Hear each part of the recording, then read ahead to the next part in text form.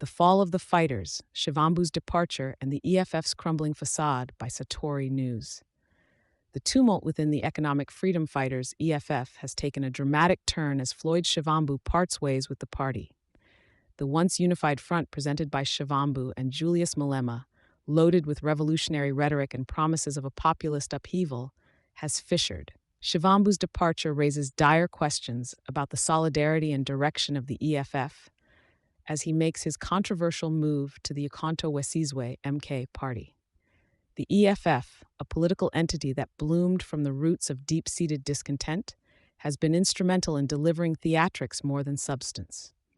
The party's participation in the political landscape since 2014 has served more to undermine democratic institutions and facilitate grandstanding rather than to build a cohesive or transformative socio-political strategy.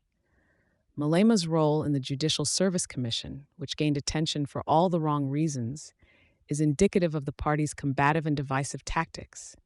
His disconcerting remarks regarding Judge David Unterhalter highlight a crude and reductionist approach to discourse that unbecomingly reduces complex debates to mere racial stereotyping.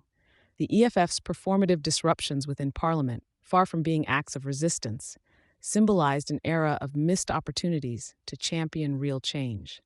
Former President Jacob Zuma's "Pay Back the Money" episode is just a case in point of the EFF's propensity for spectacle rather than principled lawmaking.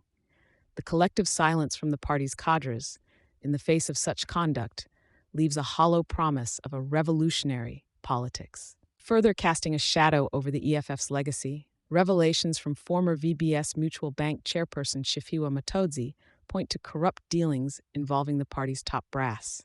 The allegations of accepting ill-gotten funds and facilitating money laundering expose a deep moral and legal rot that belies the party's professed pro-poor stance.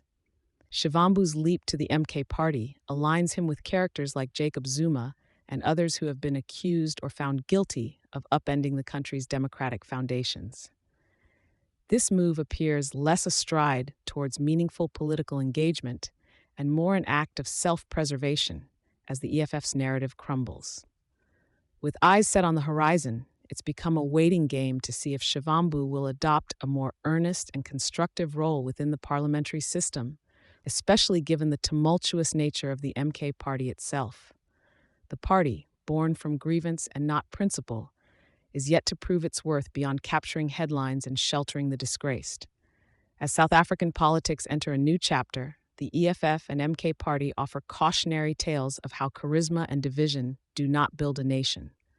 The task at hand for South Africans is to sift through the noise, recognize the dangers posed by these political players to democracy, and to remain vigilant in defense of the institutions that uphold the country's constitutional values. Thank you for choosing Satori News.